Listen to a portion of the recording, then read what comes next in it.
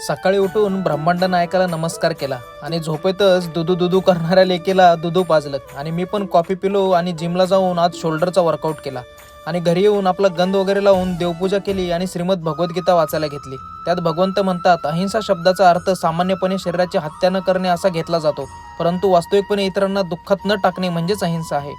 आपल्यामुळे कोणाला दुःख होणार नाही याची काळजी आपण कायम घेतली पाहिजे। खोडीच्या लेकीने आज एकट्यानेच सूर्यनारायणाला नमस्कार केला।